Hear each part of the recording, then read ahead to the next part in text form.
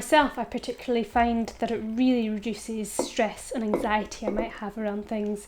So I thought this week I would do a video talking about 5 ways that I either have simplified my life or I'm currently still in the process of simplifying. My name is Kat, if we haven't met before. Do excuse the slightly croaky voice. I'm currently recovering from a cold, hence the lemon and ginger tea. So the first way in which I simplify my life is by planning everything. So I've been doing bullet journaling for the last probably 3 or 4 years, and I've found that it's made a huge difference in how organised I am. And the main reason for that is because I'm not holding everything in my head and I feel way less overwhelmed because the information isn't just cluttering up my brain. I've got it down, organised on paper.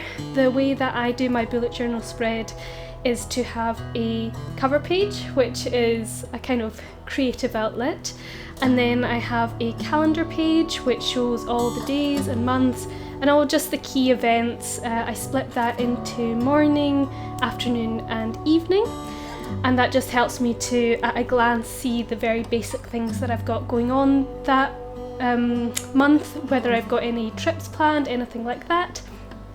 On the next page I have my habit tracker, and so that's just any healthy habits that I'm trying to practice more. These really haven't changed much over the years, to be honest, because I often find that when I think that I've mastered a particular habit and I stop doing it for a month and take it off my habit tracker, I often end up falling behind again. So I find that just keeping that really helps. And then I also often have a little kind of monthly goal section or monthly aims, and that is sometimes part of what informs my habit tracker, but not always. On the theme of planning, I've found that time blocking can really help to simplify life.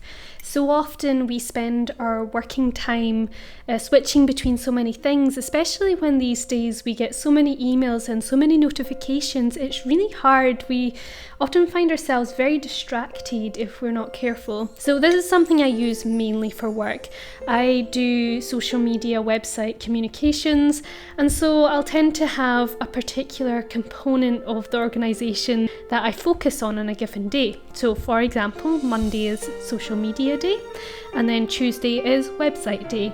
Within those days I time block, so I have the morning, normally deep work, and then I will have set times, maybe at the beginning and the end of the day, where I will check emails. And during the time that I'm working on a particular item, the other tabs are closed and I'm not thinking about them. And this just really helps to simplify work processes. This means that I'm not jumping around, context switching, that's the word I'm looking for. I'm not context switching, which can get quite overwhelming and make my brain feel quite chaotic when I get into that kind of mode. And instead I'm focusing just on the item that I'm meant to be focusing on at that time.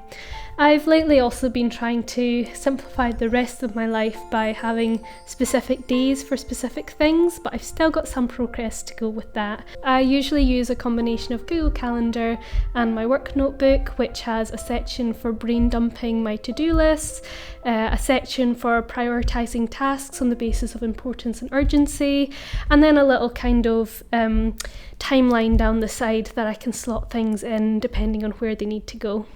As powerful as our phones are, we definitely waste way too much time on them.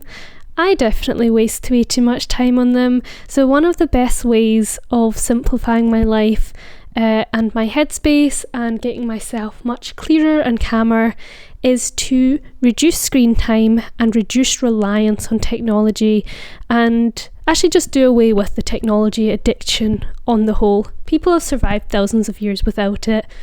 We don't need it to survive, at least not to the extent that we tend to use them. Okay, so ways that I'm doing this are, first of all, I do not have any notifications on my phone. Everything is always on silent, not even on vibrate, just on silent, all notifications switched off. People tend to be quite annoyed when you first do this because all of a sudden you're not able to be as contacted as you used to be. You're not able to be as contacted last minute as you used to be. But after a while, people do just kind of get used to it. It's not about not being contactable. There is a balance to be had. I do try to check my WhatsApps and my texts and my voicemail at least a couple of times a day, just to be absolutely sure that there's nothing that I've missed. But for the most part, whatever anyone's contacting you about, it's very, very unlikely that it can't wait a few hours. The great thing with phones is that you can turn off all notifications but still choose specific people who you do want to hear from. The only people who I could possibly need to have a last minute phone call or an emergency phone call from are basically my husband Peter, my mum, and my dad. That's basically it. For all my other close friends, I try to connect with them in person as much as possible, or if they live in a different country, having a video call with them or scheduling a telephone call. I definitely find that scheduling helps a lot. It just means that you're not kind of getting interrupted at all intervals by all these different competing messages, because there's just so much competing for our attention, and it's too much. I genuinely don't think it's natural. Maybe we will evolve to it at some point, but as the first generation, I don't think we're in that place yet. So I've definitely found my life to be a lot simpler and a lot calmer since I reduced the technology. At the end of every day, I will also turn my phone completely off and put it in a drawer, and that's just like a signal to my brain that, okay, I'm not connected into the internet anymore. I am now just in my real human space. I know that sounds strange, but we're so often in this kind of like media, technology, internet headspace that I think many of us, myself included, can all too often get really disconnected with our own human bodies and our own physical realities, environmental realities, because our heads go into this kind of virtual reality, and a way to reconnect with ourselves and get a clearer headspace and just feel like life is simpler and less chaotic is to switch off the phone. You can also reduce the amount of input that's coming in when you're actually on social media by maybe minimising the number of people you follow, only following accounts that really make you feel good and happy and healthy and that are motivational. I found this really, really helps. And maybe reducing the amount of time doom scrolling on news sites as well. Something that's made a really big difference to me in terms of news, especially because the news is not fun at the moment, let's be honest. I have been trying to instead switch on the radio and listen to Classic FM. That way I'm just getting the hourly or so little news snippets at various intervals. That's just the summary. It means that I'm keeping up with things and not falling behind on the news too much. But then I'm also getting calmed from the news by the lovely classical music that is played afterwards, and that has made a really big difference to mental health and has been, to me, a really good balance that I feel like I've struck in that way.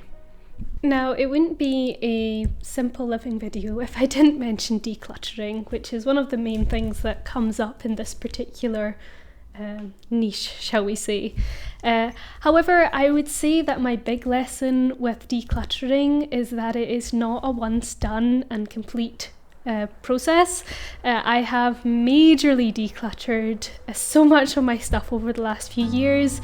I wouldn't go quite as far as to say I'm a minimalist, but I do try to live by many of the minimalist values, such as being intentional with my possessions. However, it is amazing how much stuff can just accumulate, whether that's junk mail piling up on the counter, or whether that's clothing items. Charity shops are one of my great weaknesses. I love pretty things, and especially in a charity shop where it's really cheap and really sustainable, I can be so tempted to just buy lots of little bits and pieces, and they're maybe not quite my style, or maybe therefore a fantasy version of myself. So trying to continue decluttering throughout the year. So lately I have been trying to declutter mainly actually as I go, so even on a weekly basis, kind of going through any papers that need chucked out, although papers, I have to say, I find really hard to get rid of. I've always got a bit of a just in case attitude with them.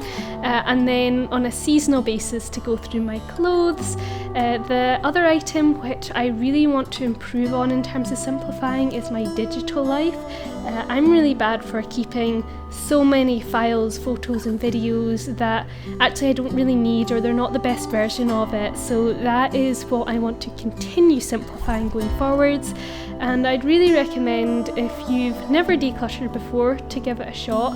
It's amazing how much it can clear the mind. I was definitely more on the side of being a hoarder than a minimalist throughout probably until about the age of 16 or 17. But after an experience where I lived abroad and had nothing but 2 dresses which I switched between, it made me realise just how little one actually needs in order to be happy and in order to be content.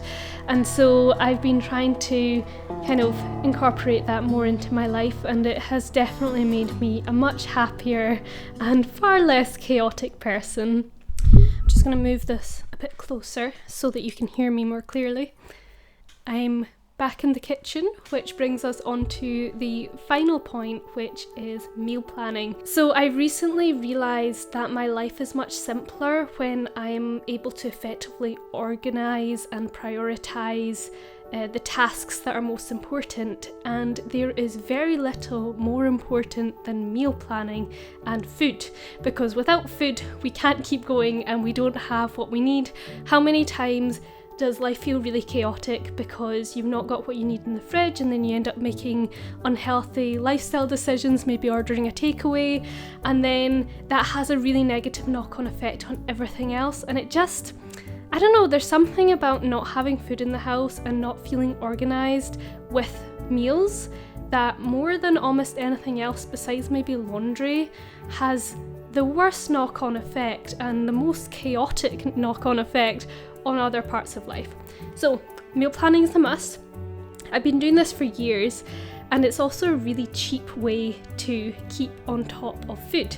So what I do with meal planning, I don't have any fancy meal planning schedule or documents or notebooks or anything like that. I literally just have a notebook, nothing but a notebook.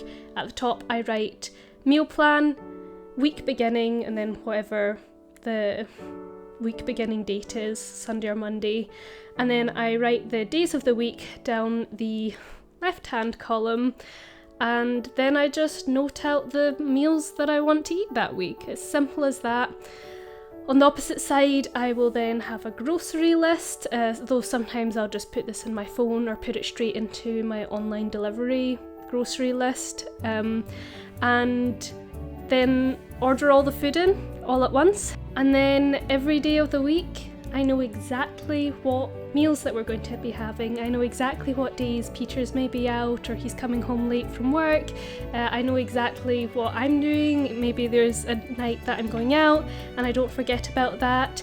And then on the days that I am cooking, I almost always try to do a meal that is able to be bulk made. So if I'm doing a stew or a curry or something like that, then I'll make 4 times as, like 4 portions worth, so that we have double portions that can then get frozen.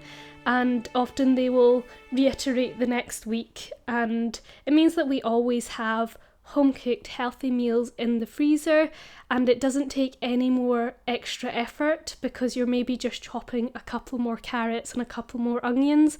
Also saves on washing up, because it means that you're not cooking from scratch every single night, but you're still having meals from scratch every single night. Thank you for watching this video. If you enjoyed it, be sure to give it a like. You may also enjoy the video that I'm currently recommending on the screen, if you like this one. Also be sure to subscribe and hit the notification bell if you haven't already, but until next time, it was lovely to have you here.